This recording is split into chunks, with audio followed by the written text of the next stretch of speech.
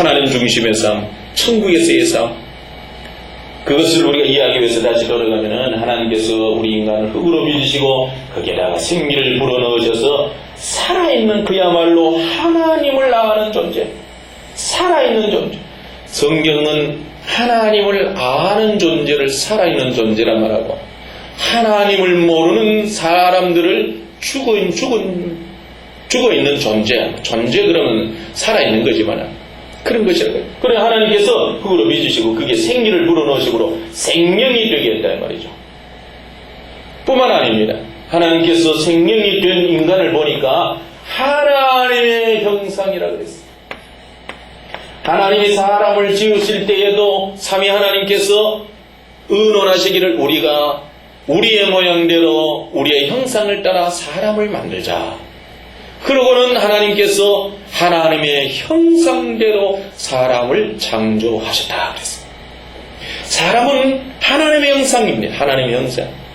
하나님께서 흙으로 빚으시고 생기를 불어넣으심으로 인하여 하나님의 형상 되게 되는 거예요. 우리가 물컵 속에, 투명한 물컵 속에 물을 담으면 물이 담긴 줄 알면 물컵이라고 이름을 짓습니다. 컵 속에 말이죠, 오렌지가 담겨 있는 것을 보고 오렌지가 바깥으로 유리 바깥으로 이렇게 비춰지는 것을 보고 오렌지 주스 컵이라고 이름 붙이. 무엇이 담겨 있느냐에 따라서 이름이 달라지는 거예요. 우리가 하나님의 형상이라고 하는 것은 사도 바울의 말씀에 의하면 우리는 질그릇이다 이 말이에요. 질그릇 속에 질그릇 그 자체 그릇 이름이 중요한 게 아니고 그릇 속에 무엇이 담겨 있느냐, 하나님이 주신, 하나님이 넣어주신 하나님 안에는 생명, 하나님의 신성, 생명이 질그릇 속에 담겨 있음으로 인해서 붙여진 이름이 바로 하나님의 형상인 거예요. 하나님이 우리 인간을 빚으실 때에 질그릇 그 자체를 하나님의 형상으로 지은 게 아니고 질그릇 속에 생명을 담아서 내용물 때문에 바깥으로 비춰지는 것이 바로 하나님의 형상이다. 이렇게 만드신 거예요. 나는 하나님의 형상이다.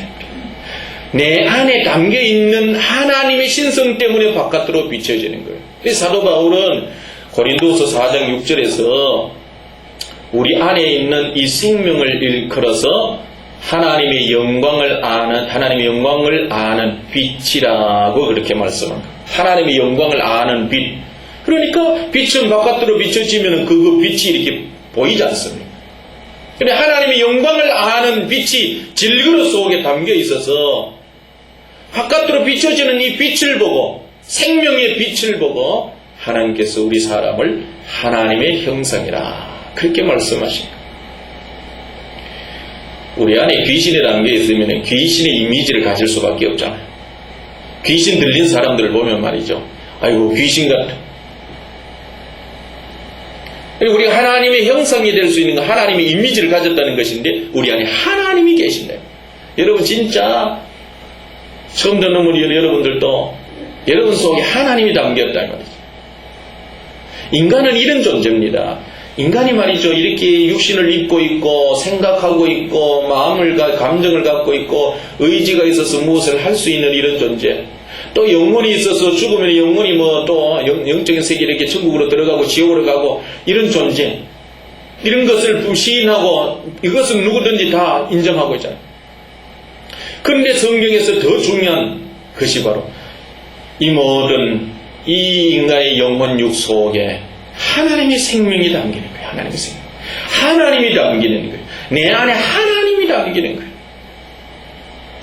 이것이 신약이 가르쳐주고 있는 신약 성경이 우리에게 가르쳐주고 있는 진리요, 구약 성경이 우리에게 설명해주고 있는 인간입니다. 우리가 예수 그리스도 안에서 가장 중요한 것이 바로 예수님을 영접하는 것입니다.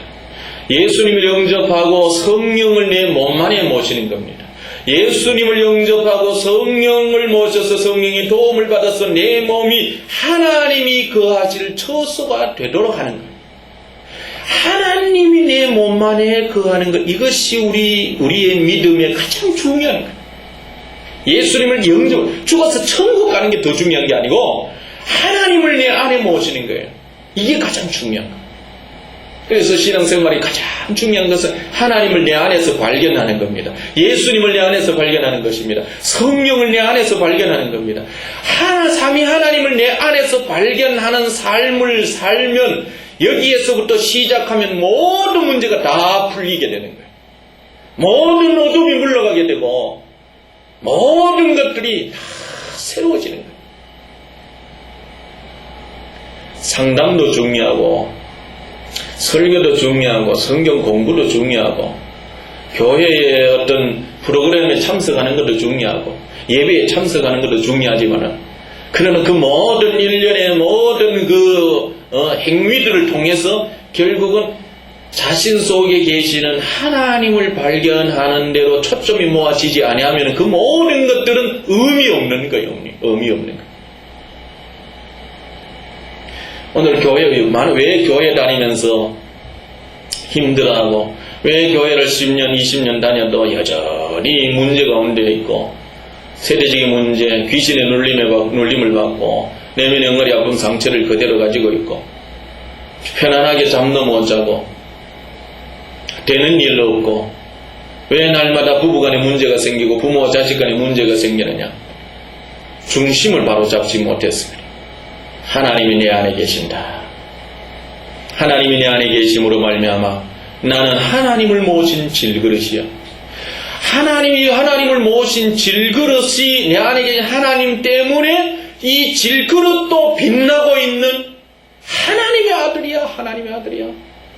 하나님을 모신 대단한 존재야. 역사에 대해서 그런 말을 좀 잘 쓰지 않아서 잊어버리지만 예를 들어서 말이죠. 왕이 말이지. 왕 궁궐에만 계시지 않고 백성들을 살피기 위해서 왕이 행차를 하잖아요. 백성들이 사는 이곳저곳 그걸 이렇게 다니. 그런데 왕이 나와 계시는 그 집이 말이지. 참 이렇게 요즘 말로만 이렇게 하면 되겠네요. 미국 대통령이 타는 비행기, 그것을 에어포스 1이라 그러잖아요. 그런데 이 에어포스 1이 아주 거창하게 아주 참 대단하게 그래 방탄 마그를 하고 말해서 대단한 비행기로 만들어져 있지만은 그 비행기에 대통령이 타지 아니하고 초라한 헬리콥터에 타도 그 헬리콥터는 에어포스 1이 되잖아요. 마찬가지로 세상 온 우주를 창조하시고 다스리시고 대단한 모든 문제 해결의 열쇠가 되시는 하나님이 내 안에 계시니 내 집이 하나님이 계시는 성전이 되니 부족함이 없는 거예요. 그러니까 내가 말이죠. 예수님, 하나님 그러면 다 해결되어지는 거예요. 그런데 내가 그런 존재인 것을 깨닫지를 못하니까 내가 그런 위대하신 하나님을 모시고 계신다고 하는 이런 확신이 없으니까 문제 가운데 있는 거예요. 교회만 다니는 거예요. 예수님의 이름 형식으로만 부르는 거예요. 성령 울고 소리치고 주여 삼창만 하지만은 사실 껍질밖에 없는 사람이에요. 분명히 알아야 되는 것은 내 안에 하나님이 계신다. 하나님이 내 안에 계심으로 인하여 나는 하나님의 영광을 드러내고 있는 하나님의 형상이다 말이죠. 하나님의 형상.